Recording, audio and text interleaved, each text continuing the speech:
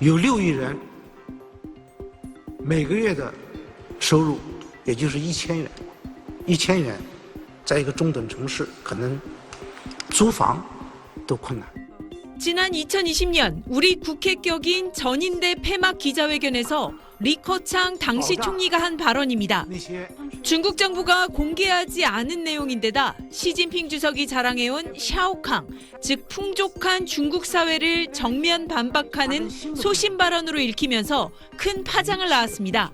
정협과 전인대, 두 개의 회의를 뜻하는 양회가 오늘부터 시작됐지만 중국 총리의 이런 기자회견은 앞으로 볼 수 없게 됐습니다. 不举行总理记者会，如无特殊情况，本届全国人大后几年已不再举行总理记者会。 폐막 기자회견은 지난 1991년 리펑 총리가 처음 시작해 93년 주룽지 총리 시절 정례화됐습니다.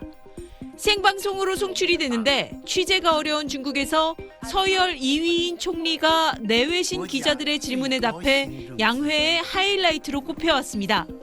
30여 년 만에 총리의 폐막 기자회견이 폐지된 걸 두고 낮아진 총리의 위상을 반영하고 있다는 평가가 나옵니다.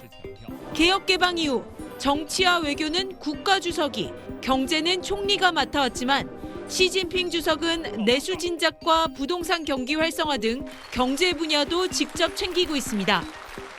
총리 기자회견의 전격 폐지는 시진핑 집권 3기 이후 1인 권력 체제가 더욱 공고화하고 있는 상징적인 장면으로 읽힙니다. 베이징에서 SBS 권란입니다.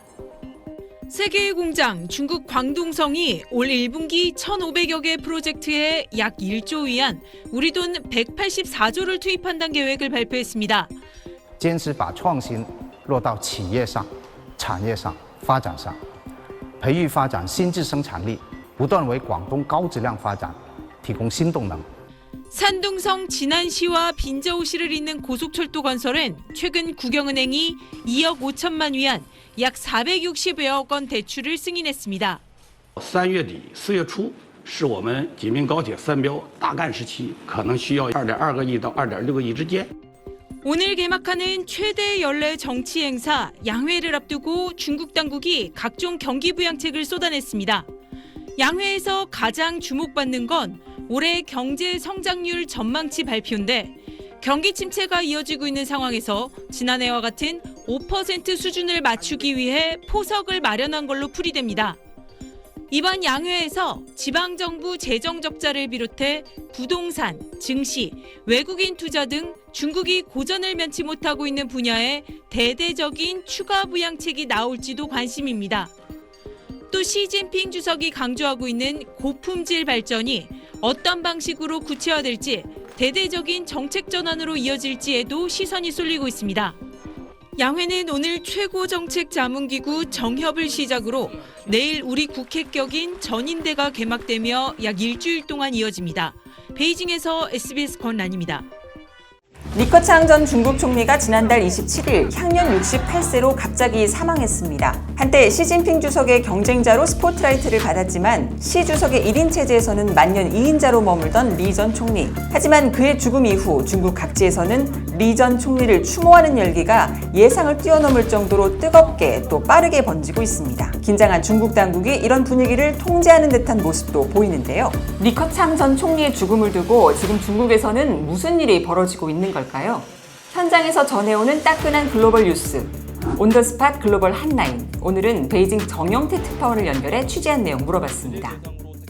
관영 매체를 통해서 중국 정부가 공식 발표한 내용은 딱 두 가지입니다. 오늘 베이징에서 리커창 전 총리의 시신이 화장된다.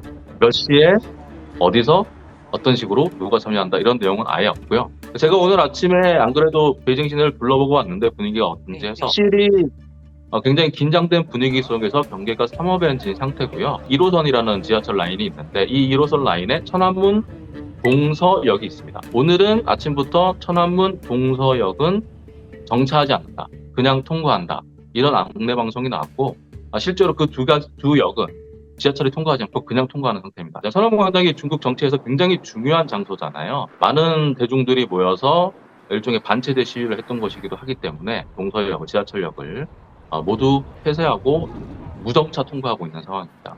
저희를 포함한 외신 기자들이 시민들 반응을 인터뷰하기 위해서 베이징 시내에서 시민들 인터뷰를 많이 시도하고 있는데 공안 관계자들이 바로 찾아와서 매체와 기자의 신분을 확인하고 사실상 인터뷰 삭제를 요구하는 상황들이 최근 더 빈번해지고 있는 상황입니다.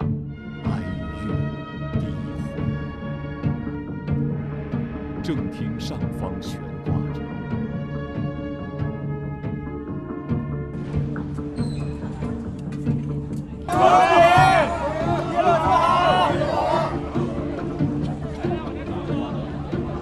추모 열기가 상당히 대단하더라고요. 이런 현상이 중국에서 흔한 일인가요? 최근 베이징 중심가에 있는 차오양 공원이라든가 혁명열사 기념비 이런 곳에 조화가 놓이는 모습이 많이 목격됐다고 합니다. 리커창 총리가 졸업한 베이징 대학 안에서도 과거 리커창 총리와 관계가 있다고 생각되는 장소 이런 곳에 학생들이 개별적으로 꽃다발을 놓거나 이런 모습이 목격되고 있고요. 가장 애도 열기가 뜨거웠던 것은 리커창 전 총리의 고향이라고도 할 수 있는 안후이성 허페이. 이 허페이라는 곳이 우리식 한자 도금으로 하면 합비인데요, 합비. 일요일에 그 추모 열기가 정점을 찍었는데 정말 밤부터 낮까지 줄이 끝이 보이지 않을 정도로 시민들이 줄을 섰고 처음에 하나의 꽃다발이 놓이기 시작하는데 나중에 꽃다발이 쌓인 것이 점점 사람 키 높이만큼 쌓였고요. 리커창 전 총리가 살았던 홍식루 80번지 골목길마다 꽃다발이 가득 차면서 나중에는 결국 이걸 치웠다고 합니다. 더 이상 볼 데가 없어가지고 주민들이 통행을 하지 못할 정도로 꽃다발이 많이 쌓였기 때문에 치울 수밖에 없었다고 합니다. 장점인 전 주석 사망 때도 고향에 꽃다발들이 놓이는 등 추모 움직임은 있었지만 이렇게 열기가 뜨겁지는 않았거든요. 이렇게 큰 추모 열기가 일어날 거라고는 사실 중국 사람들도 크게 예상하지 못했습니다. 그것보다 더 놀란 게 있습니다. 추도 메시지의 내용인데요. 추도 메시지를 담아서 조화와 함께 전달하는 모습을 보였는데 그 메시지의 내용이 정치적으로 보면 선체제 비판을 하는 것 아니냐 이렇게 읽혀서 중국 당국을 긴장하게 만드는 그런 내용들이 많았기 때문에 굉장히 이례적인 상황인 건 분명해 보입니다. 추모 현장에 대한 통제가 좀 강화되면서 사람들이 좀 가는 걸 꺼리게 하는 분위기도 생겼다고는 하는데요. 그래서 스마트폰 앱으로 조화를 주문한 다음에 배달원에게 내가 그 추모 현장에 이 조화를 좀 배달해달라. 추모 현장에 조화를 놓은 다음에 인증샷을 좀 보내달라. 배달원에게 부탁해서. 이런 분들이 많이 늘어서 추모 현장에 실제로 그 노란색 옷을 입은 배달원들이 많이 목격되고 있습니다. 아, 또 노란색 옷은 배달하시는 분들이군요. 파란조끼 입은 분들이 약간 현장에서 단속도 하는 것 같고 통제가 된다는 얘기도 있고 하는데 네, 그 파란 조끼 입은 분들이 도대체 누구냐? 여기에 대한 의문이 많이 진행돼서 제가 중국 현지에 있는 분들한테 여러 번 물어봤는데 정확하게 확인은 안 되지만 저한테 하나의 문건을 보내주신 분이 계세요. 이 파란조끼 인원 동원과 관련된 문건으로 추정된다. 그 문건의 내용은 이렇습니다. 추모객들이 가급적 이 조화 더미가 많이 쌓여 있는 이곳에 오랜 시간 동안 머물지 못하게 하고 조문을 하더라도 빨리 빠져나가게 해야 된다. 그 두 번째는 이걸 진행하는 사람들은 제복을 입지 말고 사복을 입어라. 추모객들을 통제하려다가 지나친 반발을 부르는 행위는 가급적 하지 말라. 이런 내용이 담겨 있는데요. 지역 공안 당국이나 지방 행정 당국, 또 각 작은 지자체, 우리로 따지면 동이나 부쯤 되겠죠. 여기에서 일하는 분들, 이런 분들을 급하게 불러 모아서 질서 유지라는 목적으로 통제를 하고 있는데 조화 추모 더미를 이렇게 둘러싸고 있기 때문에 웬만한 사람이면 이제 좀 아무 거리낌 없이 거기 가서 추모하는 행위를 하기가 좀 어려울 정도로 그런 분위기를 연출하고 있고 주말 사이에 추모객이 워낙 늘다 보니까 갑자기 그 현장을 관찰할 수 있는 CCTV를 설치하는 모습도 목격됐다고 합니다. 특히 중국 젊은 세대들이 갖고 있는 리커창 전 총리에 대한 이미지는 중국 역사상 가장 고학력을 가진 가장 총명한 지도자였다는 이야기를 많이 하거든요.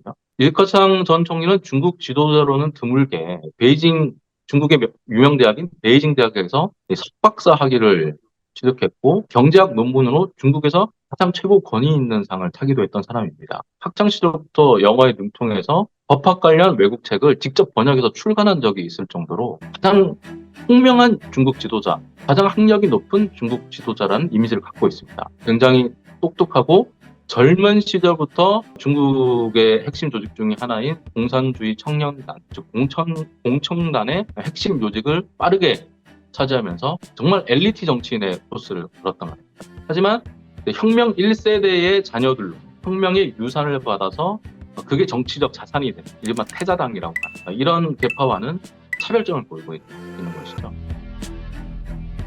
그런 점에서 중국 젊은이들이 높이 평가하고 있는 부분이라고도 할 수 있습니다. 리커창 전 총리는 시진핑 주석에게 밀려서 공산당 총서기를 지금 차지하지 못했지만 2인자인 국무원 총리를 차지했잖아요. 이 임기를 시작할 때 중국 역사상 가장 실세 총리가 될 것이다. 이런 평가도 있었습니다. 하지만 공청단계가 대거 숙청되고 시진핑 주석의 1인 권력 집중이 강화되면서 영향력이 계속 떨어질 수밖에 없었던 거거든요. 10년 동안 재임하면서 점점 더 영향력이 떨어져 갔고 마지막에는 정말 중국 역사상 가장 무색무취한 총리다. 가장 영향력이 적은 총리다. 이런 평가를 받았습니다. 정말 영향력이 시진핑 주석에게 밀려서 거의 없다시피 한 정도까지 갔거든요. 후임인 국무원 총리직에 자신과 같은 계파의 공청당 출신을 앉히고 싶어 했지만 그것조차 이루어지지 않았거든요. 그렇기 때문에 리커창 전 총리는 퇴임을 하면서 아무런 영향력을 행사하지 못한 것이죠. 이것이 장수를 했던 다른 전직 지도자들, 정치적 영향력을 계속 유지하면서 굉장히 장수를 했던 다른 중국의 정치 지도자들과 리커창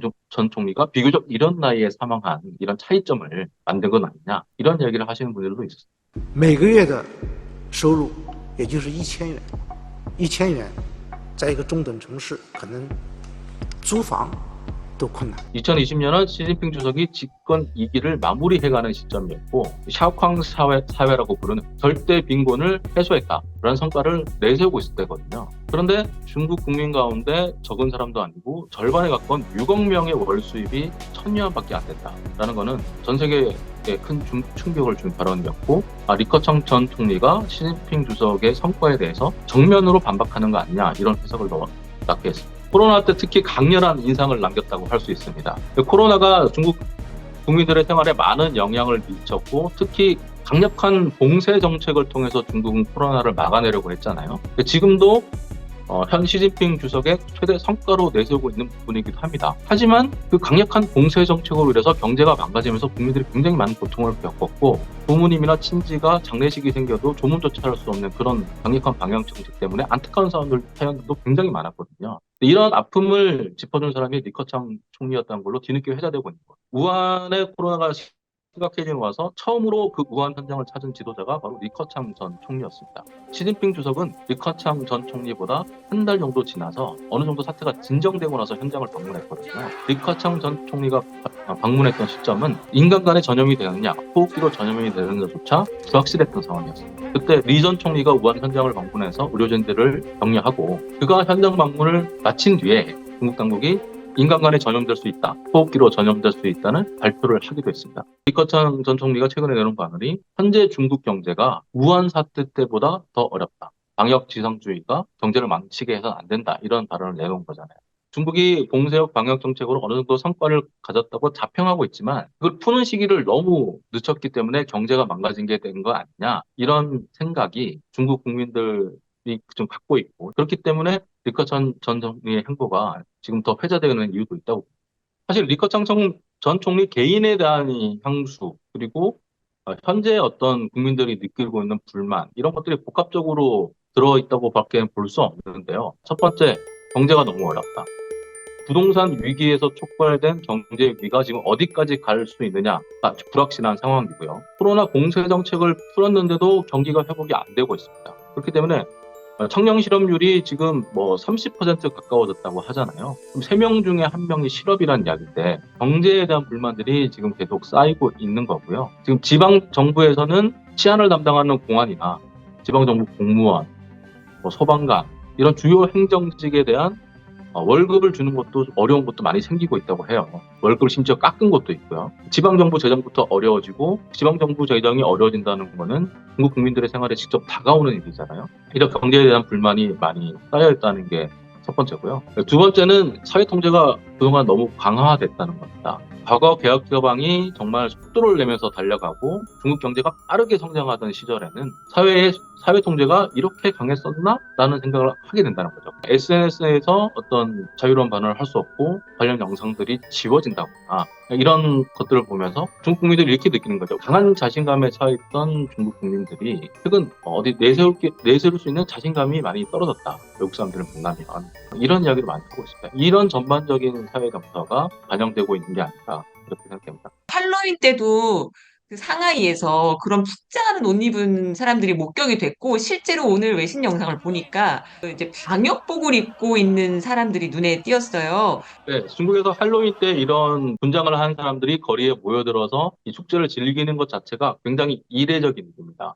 거의 이번에 처음 일어난 일이라고도 할 수 있고요. 근데 왜 이게 의미가 있느냐, 아니 왜 또 당국을 좀 긴장시키느냐, 이 두 가지 이유가 있습니다. 첫 번째, 장소가 상하이란. 상하이는 지난해 공세역 방역 정책에 저항하는 시위가 가장 먼저 일어났던 곳이거든요. 바로 이 상하이에서 공세역 방역 정책에 저항하면서 체제 비판하는 부호가 터져 나왔던 곳입니다. 이런 곳에서 백지 시위의 시발점이 됐던 이 상하이에서 할로윈 때 사람들이 분장을 하고 나왔는데, 바로 방역 정책을 직격하는 그 방역 요원들의 하얀 옷을 입고 나와서 그 방역 정책을 풍자하는 퍼포먼스를 벌였다는 거잖아요. 또 중국에선 금기시되고 있는 애니메이션 푸에 나오는 그 곰돌이 인형을 쓰고 다녔고, 심지어 뭐 상하이 주가지수 표를 들고 다니면서 상하이 주가지수가 이렇게 최근 떨어졌다, 이런 표를 들고 다니는 젊은 친구들도 있었거든요. 이런 걸 보면 중국 당국이 긴장할 수밖에 없다. 그 메시지와 장소 두 가지 다 긴장할 수밖에 없는 그런 상황이었다고.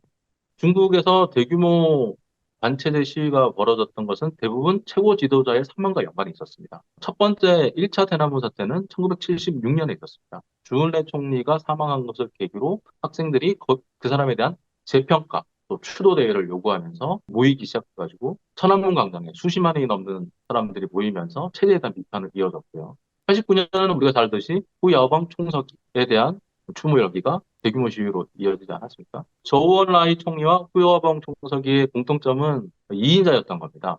사람들이 1인자에 대한 어떤 애도나 향수보다는 2인자, 뭔가 좀 절대 권력과는 좀 거리가 있으면서도 뭔가 약해 보이는, 하지만 좀 더 서민들과 가까울 것 같은 이런 2인자에 대해서 좀 더 향수를 느끼는 것이고, 그런 2인자에 대한 추모가 과거 대규모 시위로 이어진 전례가 있기 때문에 지금 당국도 긴장할 수밖에 없는 것이죠. 하지만 앞서 말씀드린 주은래 총리나 후야오방 총서기의 어떤 인기와 리커창 전 총리에 대한 인기는 큰 차이가 납니다. 주은래 총리나 후야오방 총서기는 현직에 있을 때부터 많은 대학생, 젊은이들의 지지를 받았던 사람이고요. 리커창 총리는 거기에 비해서 좀 떨어진다고 할 수 있죠. 영향도 많이 적었고요. 그때의 중국 사회의 사회 통제와 지금의 사회 통제는 정말 비교할 수 있는 수준이 아니거든요. SNS에 대한 통제, 또 CCTV 안면 인식을 통한 어떻게 보면 전 국민의 동선 파악이 가능한 이런 상황에 와 있기 때문에, 그런 대규모 시위가 일어나려면 사람들 간에 무슨 연락을 하고 소통을 하고 어디서 언제 가서 무슨 메시지를 전하고 만나자 이렇게 연락해야 될 거 아닙니까? 그런 연락 자체가 당국의 통제, 검열에 걸릴 수 있는 상황이기 때문에 대규모 시위가 촉발되기는 어렵다, 이런 평가가 지배적인 거죠.